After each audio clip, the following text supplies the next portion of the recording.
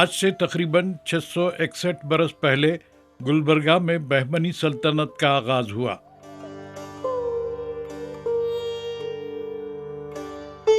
سن 1347 عیسوی میں عبد المظفر علاء الدین بہمن شاہ یہاں کے بادشاہ اول تخت پر بیٹھے۔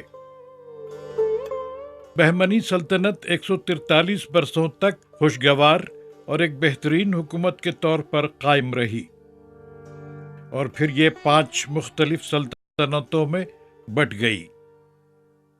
سن 1490 عیسوی میں نظام شاہی سلطنت احمد نگر میں قائم ہوئی۔ اماد شاہی سلطنت 1490 عیسوی ہی میں برار میں قائم ہوئی۔ قطب شاہی سلطنت گولکنڈے میں سن 1512 عیسوی میں قائم ہوئی۔ برید شاہی سلطنت 1526 عیسوی تا سن 1527 عیسوی کے درمیان بیدر میں ابھری۔ عادل شاہی سلطنت سن 1490 عیسوی میں بیجاپور میں وجود میں آئی۔ ان 5 سلطنتوں میں سب سے زیادہ قابل اور طاقتور حکمران بیجاپور کے تھے۔ یہی وجہ ہے کہ بیجاپور کے بادشاہوں نے سن 1618 عیسوی اور سن 1619 عیسوی کے درمیان بیدر کو اپنے قبضے میں لے لیا۔ بیدر ہمیشہ جنگوں اور سازشوں کا شکار رہا۔ دکن کے مشہور شاعر جناب سلیمان خطیب نے کیا خوب کہا ہے کہ صاحب خرد کا یہ فیض جنون ہے، بیدر چراغ راہ علوم و فنون ہے، گل رنگ ہے گلال ہے کیا سرخ رو ہے یہ، بیدر کی سرزمین میں شہیدوں کا خون ہے۔ بیدر کی مقبولیت کے مختلف اسباب میں سے ایک سبب اس کا جغرافیائی محل وقوع بھی ہے۔ بیدر سطح سمندر سے 2200 فٹ کی بلندی پر واقع ایک مسطح ٹاپو پر واقع ہے۔ اس کے اطراف گہرے نشے پائے جاتے ہیں۔ اس کی اس خصوصیت کے سبب یہ فوجی لحاظ سے ایک محفوظ مقام سمجھا جاتا ہے۔ اسی لیے وہ ہندو بادشاہ ہوں کہ مسلمان شہنشاہ، دونوں نے اپنے اپنے قلعے اس مسطح ٹاپو پر تعمیر کیے۔ انہی قلعے کے اطراف ساری بستی آباد ہے، شہر بیدر آباد ہے۔ بیدر کی تاریخ 2000 سال پرانی ہے۔ اس کا ذکر رامائن اور مہابھارت جیسی مذہبی کتابوں میں بھی ملتا ہے۔ بیدر کی شناخت بہمنی سلطنت میں احمد شاہ ولی بہمنی کے دور میں ہوتی ہے۔ گلبرگہ میں حضرت خواجہ بندنواز گیسودراز رحمۃ اللہ علیہ کا شمار اردو کے اولین نثر نگاروں میں ہوتا ہے۔ انہی کی ربائی کا ایک بیت سماعت فرمائیے۔ پانی میں نمک ڈال بساں دیکھنا اسے، جب گھل گیا نمک تو نمک بولنا کسے۔ بیدر کی سرزمین، آب و ہوا اور یہاں کا ماحول سلطان احمد شاہ بہمنی کو اتنا پسند آیا کہ انہوں نے گلبرگہ سے اپنا دارالسلطنت بیدر منتقل کیا۔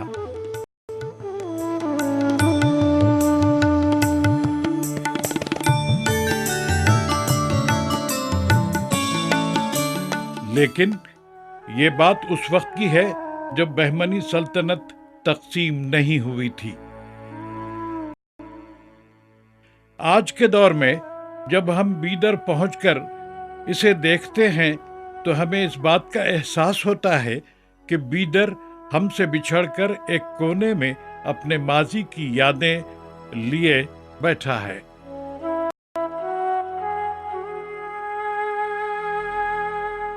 جب ہم اس شہر کا جائزہ لیتے ہیں تو یہاں کا قلعہ، شیش محل، مساجد، بادشاہوں کی گنبدیں اور محمود گاواں کا مدرسہ دیکھنے کے بعد ہمیں اس بات کا یقین ہو جاتا ہے کہ ہندوستان کے دوسرے تاریخی شہروں کی طرح بیدر بھی ملک کا ایک انمول خزانہ ہے۔ یہاں کی تاریخ آثار قدیمہ کی نشانیوں سے بھری پڑی ہے۔ بادشاہوں کے قصے نہ صرف دلچسپ ہیں بلکہ معلوماتی بھی ہیں۔ بہمنی خاندان کے زوال کے بعد علی برید نے، جو تیسرا بریدی بادشاہ تھا، پچھلی عمارات اور گنبدوں کو بالکلیہ ڈھا کر قلعے کی فصیل دوبارہ بنوائی۔ کرنل میڈوز ٹیلر 1840 میں یہ لکھتے ہیں کہ یہاں کی آب و ہوا بڑی خوشگوار ہے، اور بعض مرتبہ اس کو جو ہے خرطبہ، اسپین کے مشہور خرطبہ اور گریناڈا سے ان کی طرز تعمیر کی تجویز دی گئی ہے۔ تو اس کی آرکیٹیکچرلی یعنی طرز تعمیر کی وجہ سے شہر بیدر بہت ہی مقبول رہا۔ بیدر کے قلعے کے اطراف جو فصیل ہے، اس میں کہیں 2 تو کہیں 3 خندقیں موجود ہیں۔ ایک کے بعد ایک 2 یا 3 خندقیں شاید ہی ہندوستان کے کسی اور قلعے میں آپ کو ملیں گی۔ خندقوں کو کھودنے سے جو پتھر برآمد ہوئے، انہی سے قلعے کے دروازے اور محلات بنائے گئے۔ یہ پتھر لال پتھر کے نام سے جانا جاتا ہے۔ یہاں پر ایک خاص بات کا جو مشاہدہ ہم کرتے ہیں وہ یہ ہے کہ شاہی محلات بالکل فصیل سے جڑے کھڑے ہیں۔ قلعے میں داخل ہونے کا پہلا دروازہ شرزہ دروازہ کہلاتا ہے۔ یہ اس وجہ سے کہلاتا ہے کہ اس کی دونوں جانب ببرنما حیوان شرزہ کی تصویر نقش ہے۔ شرزہ دروازے کی تعمیر عام دروازوں سے الگ ہے۔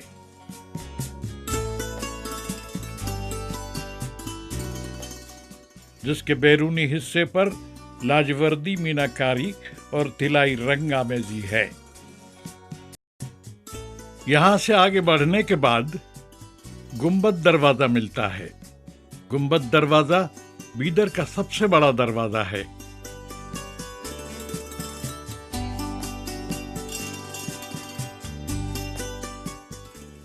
گنبد دروازہ ختم ہوتے ہی بائیں جانب رنگین محل آپ کو نظر آئے گا۔ اس رنگین محل کی یہ خصوصیت ہے، یہ بڑی شاہوں کا بنایا ہوا ہے، اور اس میں لکڑی کا کام، چوبی کام دیکھنے کے لائق ہے، جس پر ہندوؤں کی کاریگری اور مسلم طرز کی جو ہے کاریگری ہم کو لکڑی کے کام میں ملے گی۔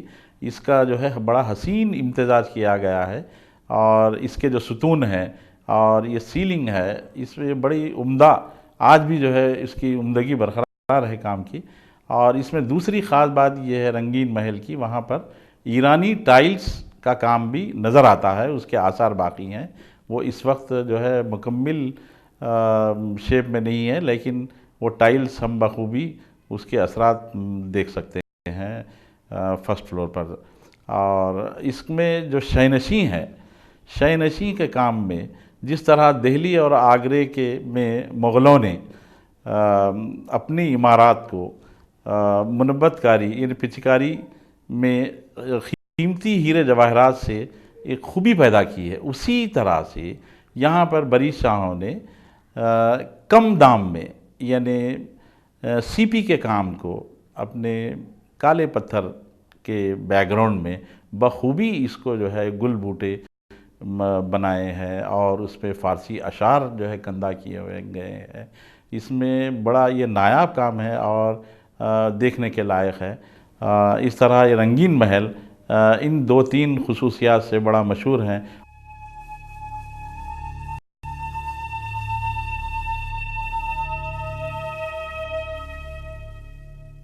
یہاں ایک دالان اور پیش دالان ہے جو شہ نشین کے نام سے مشہور ہے۔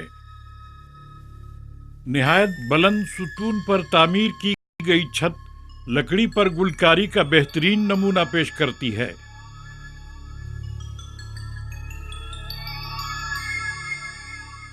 اس کے بیچ کی کمان کی پیشانی پر یہ شعر لکھا ہے: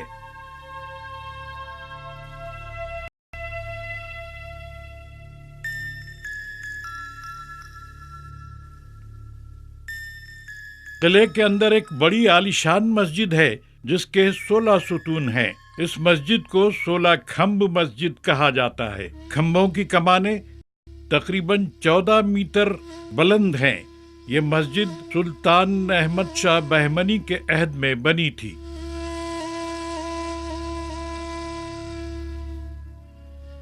داستان بیدر محمود گاواں کے مدرسے کے ذکر کے بغیر ادھوری رہ جاتی ہے۔ خواجہ عماد الدین محمود گاواں اپنے وقت کے بہت بڑے تاجر تھے اور ساتھ ہی بہت بڑے عالم بھی۔ ہندوستان میں اقامتی جامعات کی روایت بہت پرانی ہے۔ مدرسہ محمود گاواں ہندوستان میں آنے والے مسلمانوں کے لیے درس و تعلیم کا اہم اقامتی مرکز بنا۔ مدرسے کے صحن میں جب آپ قدم رکھیں گے تو آپ محسوس کریں گے کہ آپ کسی زبردست عمارت میں نہیں بلکہ کسی زبردست اور معتبر شخصیت کے سامنے کھڑے ہیں۔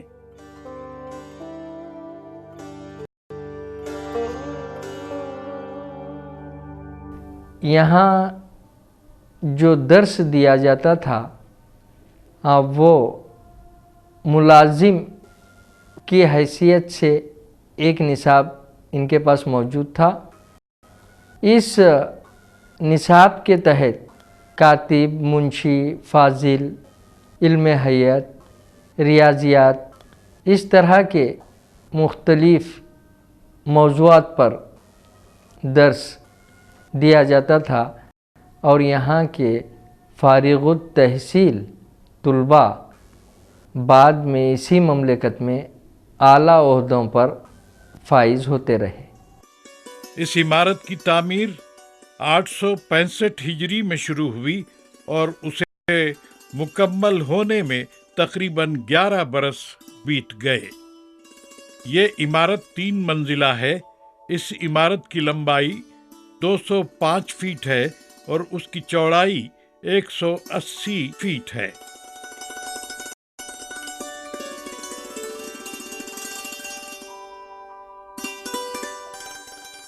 مورخین کا کہنا ہے کہ یہاں پر ایران، ترکی اور دوسرے ممالک سے اساتذہ اور طلباء بلائے جاتے تھے۔ محمود گاواں کا بنایا ہوا مدرسہ ایک اقامتی جامعہ تھا جس میں طالب علموں کے علاوہ عالموں اور سائنسدانوں کی رہائش کا انتظام بھی تھا۔